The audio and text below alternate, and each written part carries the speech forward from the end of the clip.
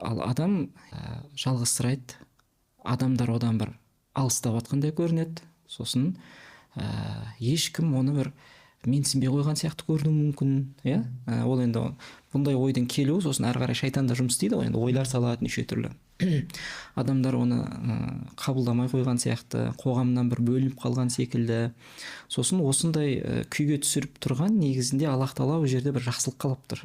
Тек сол жақсылықты түсінбеген кезде, ары қарай оны түсінбесе, оны ұғынбаса, жаңа шайтан ой салып, тіпті сен енді қоғамға ешқандай керексізсің деп, мүлдем ең соңында Алла сақтасын жаман бір оқиғалармен аяқталуы мүмкін. Ол тарихта да, қазіргі уақытта да ондай оқиғалар жетеді. Бірақ жалғыз сыраудың, адамдардың бәрі теріс айналған секілді көрінудің сыры неде деген кезде, біз оны имани жақпен ашсақ, өздеріңіздің подкасттың тақырыбы секілді имани аурасын түсіндіре алсақ, ол ғалымдар айтады, бұл жерде Аллах Тағала өзімен ғана жеке қалуын қалады дейді. Ол жасады сенің айналаңдағы адамдардың сенен теріс айналған секілді күйге түсуі. Сені жалғыз ғана қалдыру себебі өзімен жеке қалсын деп тұр дейді. Егер осы сәтте осындай сезімді басынан өткеріп жатқан адамдар қазір бізді көрсе егерде, онда бірде мына нәрсені ұғынсын. Болды, бұл оған бір үлкен бір биік дәрежені сыйлағалы тұр. Ол қандай дәреже дегенде, Алланың махаббатына қарай есік ашылып жатыр. Алла өзіне қарай жақындатудың есігін ашып жатыр.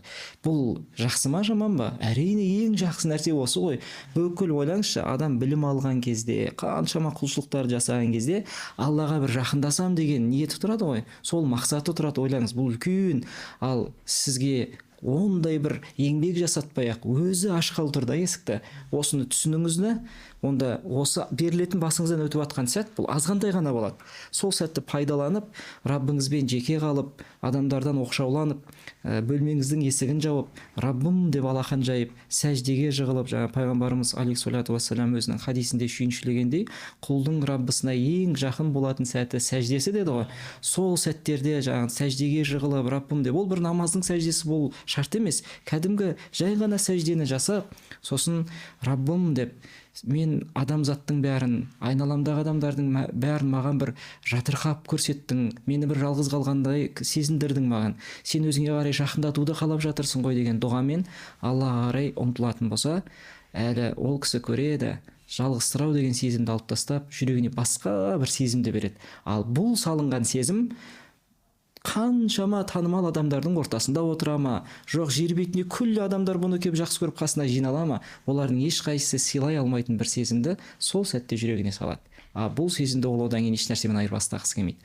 Білесіздер ме, ғалымдар тарихта Раббани ғұламалардың қайсысын алып қарасақ та, олардың адамдардың ортасында болуына қарағанда жеке қалатын сәттері көп болған. Және соған үндеген, сол нәрсеге шақырған. Тіпті кешегі сахабалардың өзі, сол сахабалардың басында тұрған әділетті халифалардың өзі, күндізгі уақытта халифа болғаннан кейін халықтың ісімен босай алмаса да, түндерін сол Раббысымен жеке қалуға арнауға тырысқан, соған жүгірген. Сол нәрсеге ұмтылған. Неге? Өйткені бұл сәттер басқа ешбір ләззатты сәттер сыйлай алмайтын ләззаттарды сыйлайды да, иншалла. Сондықтан бұның сыры осы да, ғалымдардың сөзімен айтқанда.